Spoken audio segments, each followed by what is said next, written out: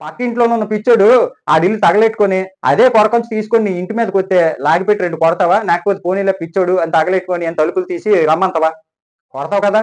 అదే కదా భారతదేశం చేసింది.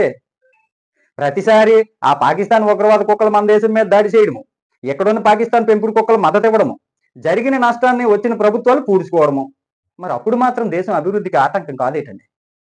పాకిస్తాన్ అమాయక ప్రజలు అని ఆలోచించిన పనికిమాలిన ముండ్లకి యాబ్రాస్ నా కొడుకులకి భారతదేశంలోనే మొన్న చచ్చిపోయిన 26 మంది కానీ, ముంబై దాడుల్లోనే చచ్చిపోయిన వాళ్ళు కానీ, గోకుల్ చాటు దగ్గర చచ్చిపోయిన వాళ్ళు కానీ, ఉగ్రవాదులతోని ప్రాణాలు పోయిన అమాయకులు ఎంతో మంది ఉన్నారు. వాళ్ళందరూ అమాయకులు కాదా? పాకిస్తాన్ వాళ్ళే అమాయకులా జనమా అని అడుగుతానండి. చివరగా ఈ వీడియో చూస్తున్న అందరికీ నాది ఒకటే విన్నపం అండి.